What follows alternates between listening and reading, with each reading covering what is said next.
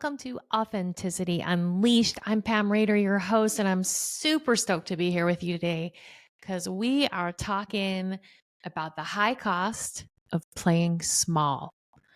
We all do it. We all play small. We all hold ourselves back at times, myself included. And the more aware of ourselves we get, the more we discover all the ways that we fool ourselves into playing small.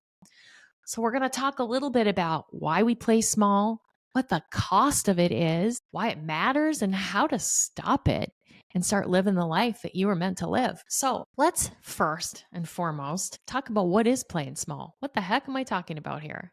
Well, maybe you feel like you're meant for more, but something keeps holding you back. You got all these reasons and ideas about I can't afford to, I can't take the risk, there's people relying on me, I might look foolish, people might think I'm stupid, I might fail, there's a better time. You might be telling yourself all kinds of stories like that to avoid stepping into your power. But there's an invisible price to pay when you play small, because the cost isn't just lost opportunities. It's lost confidence. It's lost growth. It's lost potential impact, and it's lost income. You could be creating and generating more income in your life to buy back your time and create a life full of freedom, doing something that you love. Now, I have plenty of times in my past where I've played small and talked myself out of things.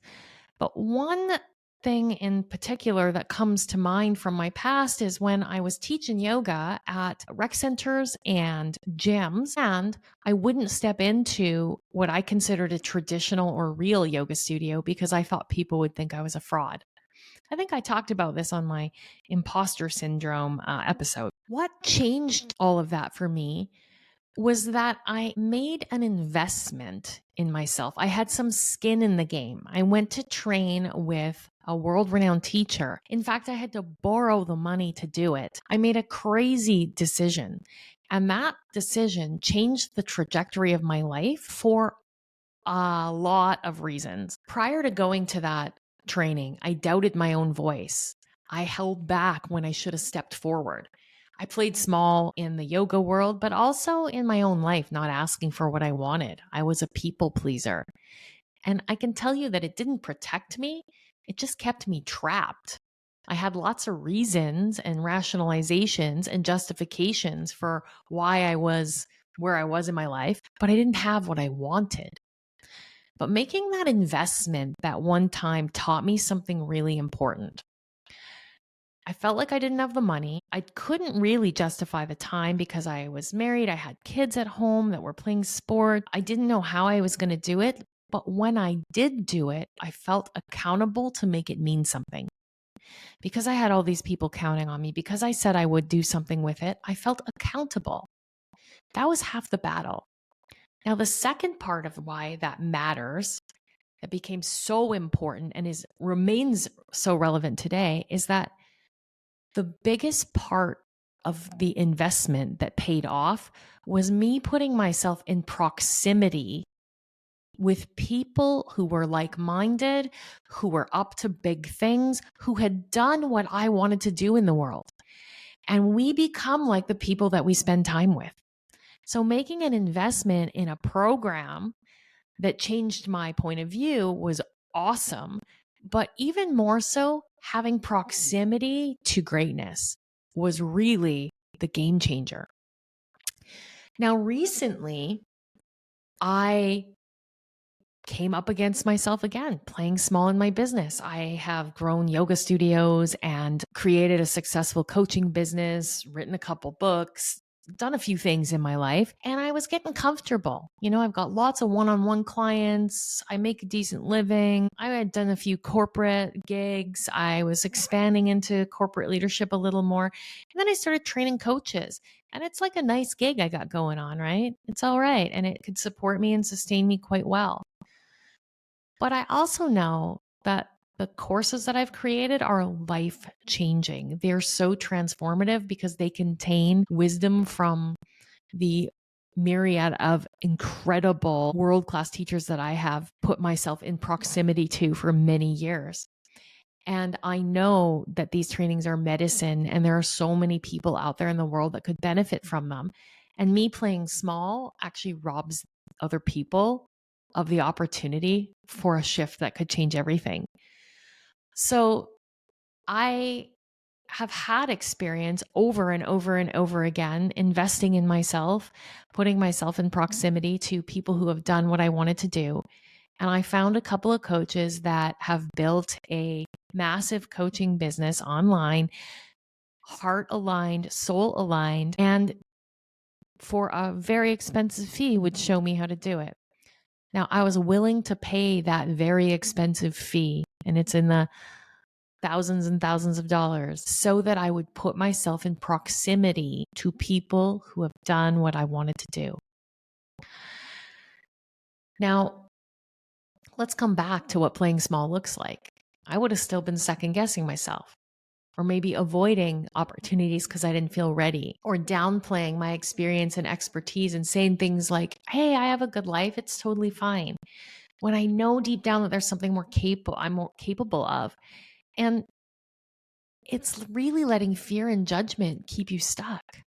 It's kind of like you're an eagle sitting in a cage and the door's wide open, and you got these amazing wings and you're absolutely meant to fly, but you stay perched, afraid to leave. The truth is that you can fly, but you just have to trust yourself. Now, when we don't trust ourselves, every time we hesitate, we're actually doing a little bit more damage than just missing out on opportunities. We're actually reinforcing the negative narrative that we have about ourselves. We're fortifying our self-doubt. When we say we want something or we have a desire for something and we shut ourselves down, there's a diminishment within us. There's something in us that says like, well, maybe I don't deserve it. We actually keep expanding the level of self-doubt that lives within us. When we take risks, whether we win or not at the risk, the act of taking the risk fortifies your confidence, fortifies your belief in yourself. When you play small, you miss out on opportunities that could change your life. I can't tell you the number of times that I've been at a program and there was one word or one line or one interaction that actually altered the trajectory of my life forever. I remember I was at an in-person yoga teacher type training, but it was also leadership development. And I had a fellow student come up to me and we were chatting about the program. And I said that I didn't think that I could bring this type of yoga to Western Canada because nobody in Canada really knew about that kind of yoga. And, I was basically justifying myself playing small. And this amazing human being looked at me and said, are you kidding? You're exactly the person to do that. I just look at you and I can tell how much you love it. Why wouldn't it be you? That interaction wasn't even part of the program, but it stuck with me and it helped me to create everything I've created. That was being in proximity to people that think bigger than me. And I learned a valuable lesson. I kept putting myself in proximity by investing in world-class leaders and coaches and mentors. We never create big things alone. That's a fallacy. There's always someone who's gone before us that we can look to. So I want to give you now some actionable steps on how you can start playing bigger in your life. And this is kind of the process that I go through when I confront myself. So as I said, I was up at this point in my business where I could market more and get my work out to more people. But I had to ask myself the following questions. So number one step in how to start playing bigger is identify where you're playing small. And then ask yourself these two questions. Where am I holding back and why? I guess that's two questions right there. Where am I holding back and why? And for me, it was I'm holding back and expanding my online coaching certification program because I'm afraid of what other people will think about it. not the program, about me pushing myself out there. I thought people might think that I'm too salesy or I'm pushy or I'm full of myself. Now, the second part of this question is, if I wasn't afraid, what would I do differently? If I wasn't afraid, I'd just go for it. If I wasn't afraid of what anybody thought, I would put out content like crazy because I enjoy it. I would take steps into learning about funnels and getting marketing set up and creating content that helps people understand what I do. So when I ask the questions, where am I holding back and why? I'm telling the truth. And from the truth, I can make an informed decision. When I ask if I wasn't afraid, what would I do differently? That's the pathway. That's actually telling me what my next steps should be. Now, step 2 is challenge your fear story. So I love to do this. I go, well, let's play worst case scenario. What's the worst thing that could happen? Worst thing that could happen? Oh, I put some money out in this coaching program and I don't really like it. And I get some valuable insights and maybe I don't make any more money than I'm making right now. Well, it's not so bad. Also, people might judge me. Well, people are judging me anyway, so life goes on. Okay, then the next question is, what's the best thing that could happen? Well, the best thing that could happen is I get all these systems put into place, my business expands, and I can help way more people in the world while doing more of what I love. Now, this is my favorite question, folks. If someone else were in my position, what advice would I give them? I always tell people, invest in yourself, sign up for the coaching program, sign up for the leadership development, sign up for the mentorship, whatever it is, take the risk, go back to school, learn the skill, join the band, write the book. And so start taking your own advice. Do the thing and get the power, folks. Now, step 3 is do not hesitate. Take one bold action today, because right now is all you've got. You're already really good at hesitating and procrastinating and living in the land of later on. And we get good at what we practice. So I don't want you to practice those things anymore.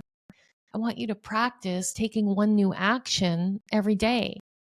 So maybe it's like speaking up in the meeting, sharing your idea. Or you take something out of your drafts in Instagram and you post the thing you've been afraid to post, maybe an opinion about something. Or you apply for the opportunity that you've been avoiding. Maybe it's signing up for something. Maybe it's a new job. Who knows? But take one bold action today and then let yourself get sweaty and shaky and think about it in a whole new different way. And just know that it's your nervous system freaking out because you've never been to the other side of that wall before. So what? Number 4, final step, anchor into the cost of playing small. So I like to ask myself, where will I be a year from now if I don't do anything, if nothing changes? Well, to be honest, folks, I got a pretty great life, but I also know something about myself. If I am not growing, I am dying. If I'm not growing, I start feeling restless. I start looking for problems. I start doubting my relationships. I need something, a goal to be attached to be creating, to be bringing forth in the world for me to feel fulfilled. So a year from now, if nothing changes, I'm going to feel like a failure. And the final question, am I willing to trade my potential for comfort? Whoa, my potential. Each one of us, myself and you, we come to this earth as pure potentia. Anything is possible. You are a miracle. You are a space from which miracles are created. And folks, a miracle is just a shift in perception.